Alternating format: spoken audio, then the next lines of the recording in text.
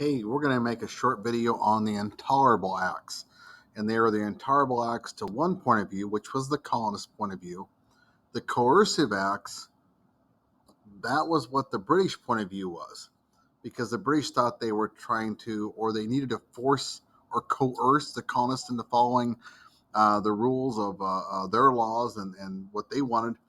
And the colonists said, these are terrible. We can't tolerate them. No more. So this is all around the time of the American Revolution, leading up to the American Revolution. And this is a conversation we're going to have on this piece of paper, and we're going to do it in record time. You're going to love this. Now, you see all the stuff I have here? There's absolutely no rhyme or reason. You do not need this. We're going to get rid of that. You do not need this, but I need this because this is my go-go juice, and this is how I survive. That's my medicine. Okay, we're going to organize our paper into 4 quadrants. I shouldn't say 4 quadrants because by default, there's 4 of them. My fold is not perfect. I'm going to go ahead and fold it again this way. And just to help you out, look where my little corner is here. I am going to turn that just like this. Now, at the end of this whole process, when you open up your paper, you should have 4 sections. And you should have a diamond in the middle. And we're going to draw a little roundabout.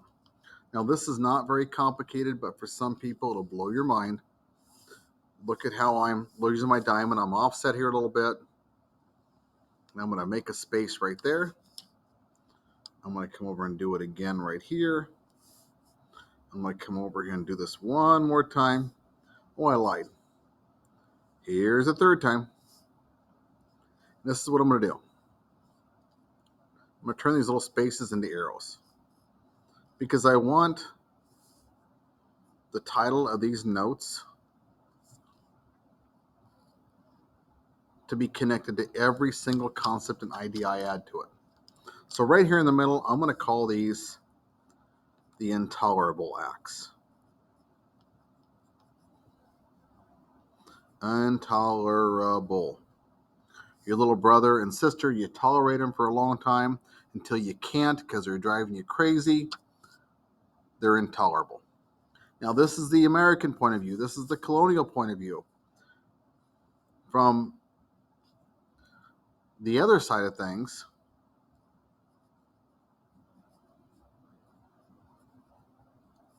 they're going to recall those the coercive acts because they're going to try to coerce the colonies into doing what they're supposed to do.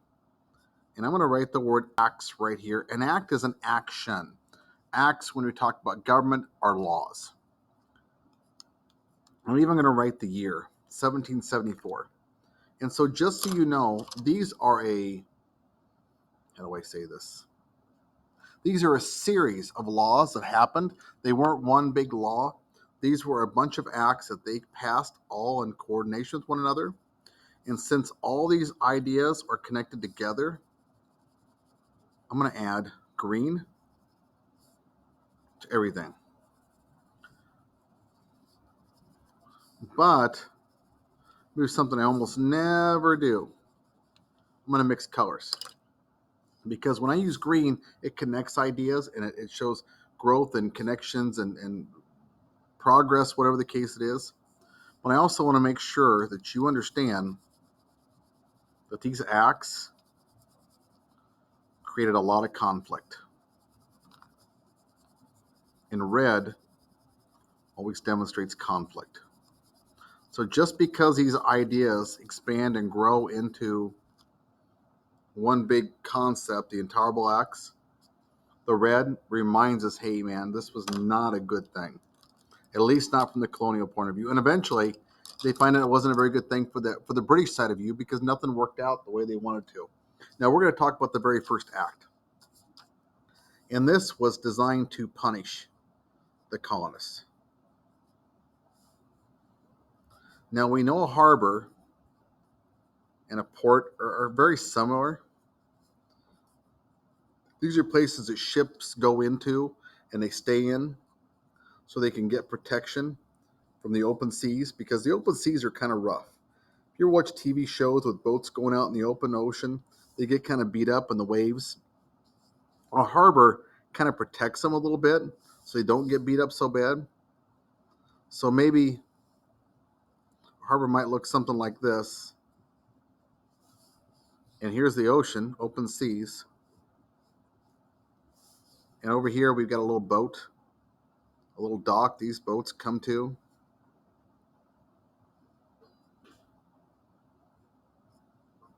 And back then these boats had giant sails. Does that look like a harbor and a boat? Kind of, a little bit. Here's my boat because it's made of wood. I add some gray or some brown over here because this is the land. And we know this over here is water. So we'll add a little water here. Not that important, but I'm going to add it just for context. Plus, I like colorful notes. Is that perfect? No, not even close. But you get the general idea. Now, what was the Boston Harbor Act? Since this is an important key concept, I'm going to add some yellow in my Capel box because I want it to stand out in my notes. I only use yellow for vocab words or important terms I want you to stop, slow down, think about.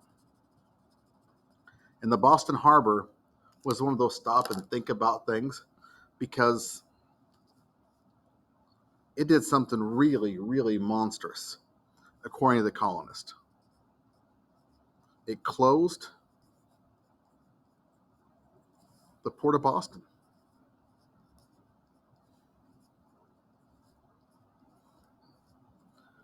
Now, you may not think that's a big deal, but this is how these people made their money. And remember, this is coming off the heels of the Boston Tea Party.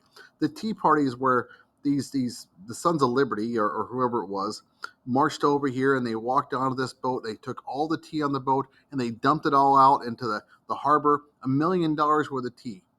And they did this in protest of taxes that they didn't feel the colonies were being represented about when they made a decision to put the tax down on the colonists.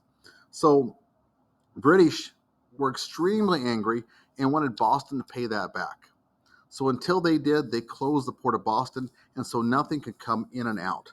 And we talk about what that looks like. They'd have ships here blocking it, and we know that's a vocab word that you probably need to know if you know something about this time period, because it was a resource used by militaries all around the world, especially ones with strong navies. They're going to block you from getting stuff in and out. It's called a blockade. Okay, it's not our main vocab word tied to this, but it ties to the Boston Harbor Act very, very nicely. Okay, so we know what happened there. Bad, bad stuff. All these people who had jobs, they aren't working, they aren't making money. Everything just grinds to a halt. It's a big, big deal. Something else that happened during this time period, it was really pretty horrific for the colonists to deal with, was something called the Quartering Act.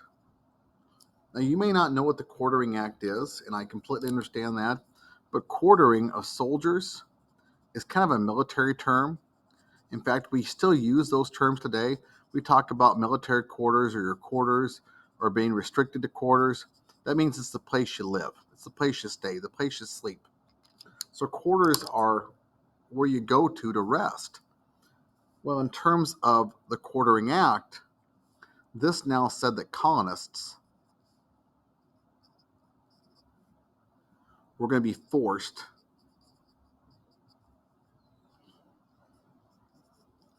when I say forced, they're going to make them do it. I'm going to underline that.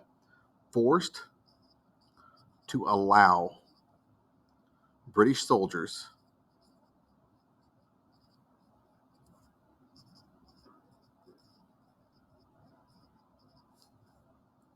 to stay in their homes.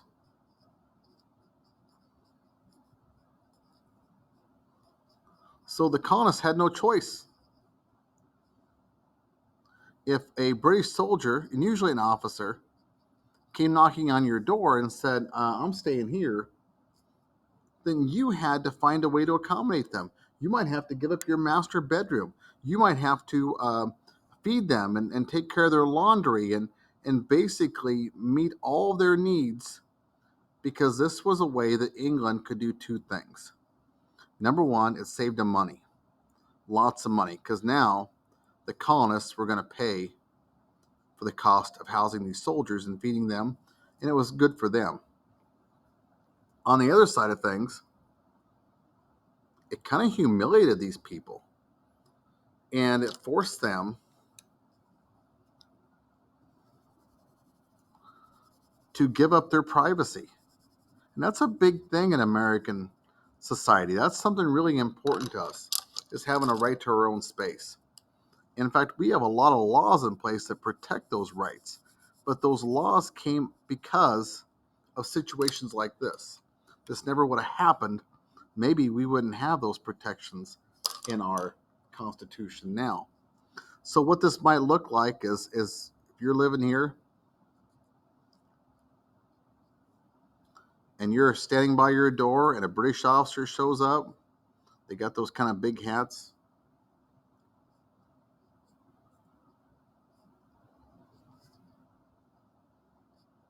That's his rifle, handsome looking rifle with his bayonet, his big red hat. And he might say, I'm staying.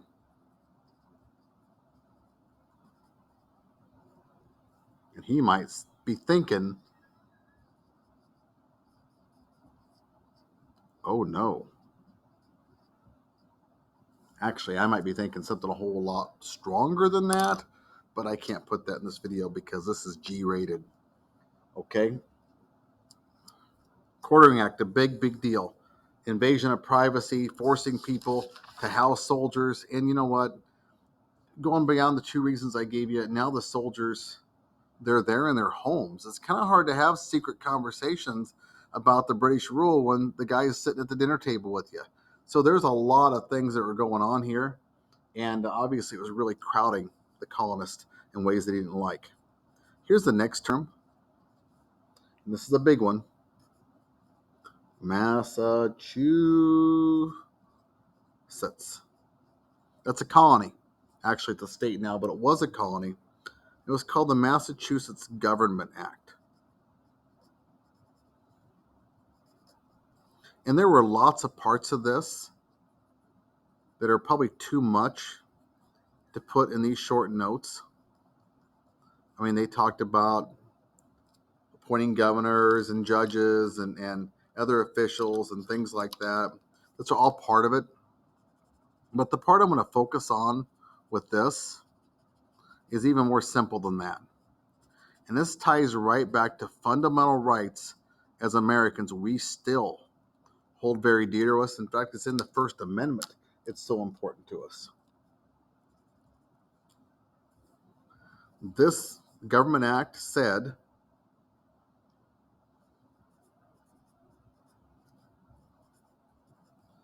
towns can only have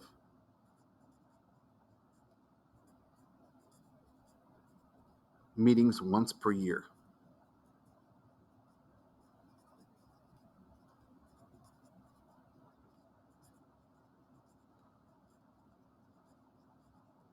That's a really big deal because you have city business to conduct. You have things to do.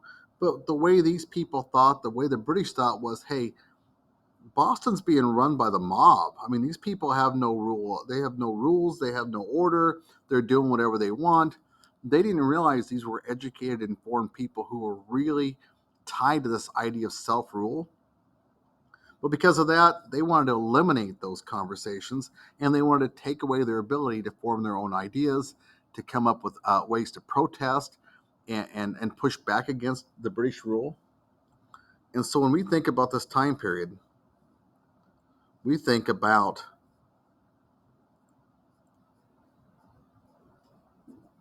limiting people's rights.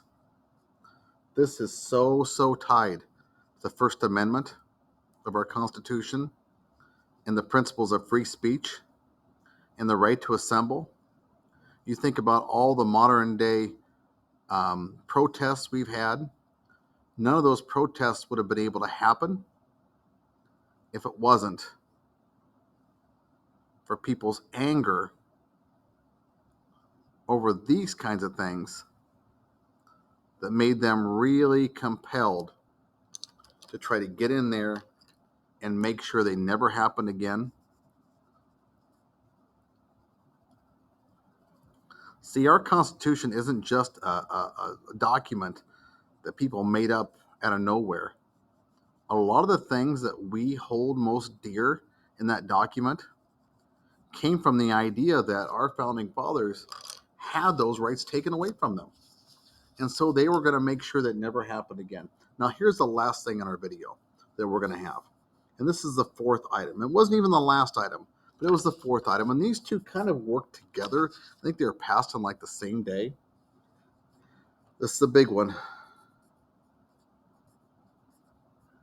It's called the Impartial Administration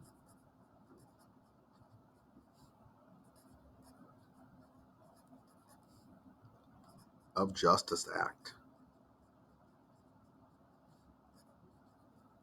And yeah, that's a mouthful. Administration of justice is nothing more than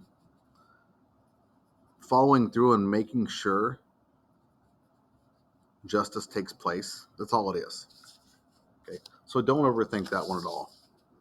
But the impartial part, that's something we can dig into just a little bit. Impartial is an offshoot of the word partial. And I know some people say, oh, partial means part of. Well, it can mean other things too. If you're partial to something, that means you favor it. So if you have a favorite color, you might be partial blue, or you could be partial green or red or black. I know I wear a lot of black because that makes me look thinner. Well, if you're partial to something, you're not necessarily fair. You're not giving the other colors their due. Because blue's pretty, green's pretty, they just don't look good on me. I wear black, I wear gray. I make things that make me look a little less chunky. So Impartial Administration of Justice Act, the idea is you're going to be impartial. That means you're going to be fair. You can be fair to all sides of the issue. The problem is what was fair to the British and what was fair to the colonists are two different things. And here's the biggest takeaway we're going to have with this. If a trial needed to take place, and a trial is used to determine whether somebody's guilty or whether they're innocent of a crime, if the governor saw that trial, if he thought that trial was not going to be done the way he needed it to be done or wanted it to be done or what he thought was fair, the trial could be moved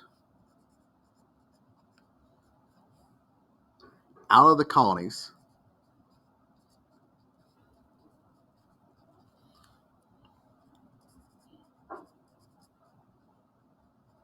into a different colony or to England in general.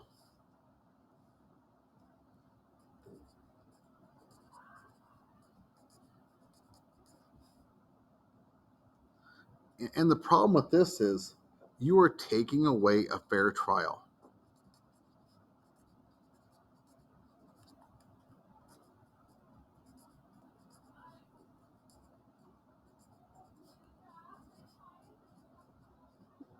I'm going to say to the accused. Because if you're accused of a crime and you're going to be put on trial for that crime, you want to be able to have access to an attorney. You want to have access to evidence. You want to be able to face your accuser. You want to have certain rights. These are rights that we know in our Constitution. You have a right to an attorney. Anything you say or do may be used against you in a court of law. You have a right to remain silent. These are all parts of the Miranda rights. People read you this if they pull you over to arrest you now. Well, these rights were put in our Constitution for a reason, because of this. They wanted to protect people's rights. And when I say rights, you think about this. If you are living in one colony, Massachusetts or Virginia or New Hampshire or New Jersey, and they say, you know what, I think we need to get you to a better place. They take you all the way over to a different part of the world, thousands of miles away, and it's on a boat. It's not like you can get on the phone and call home or get on the internet or something like that and communicate back and forth. You are completely isolated. And in my eyes, and I think in their eyes, that'd be incredibly unfair. I got a little think aloud cloud on that. When I think about this whole deal, I think, man, this would be terrible. I'd be thinking, whoa, whoa, whoa, what about my attorney? Where's my lawyer?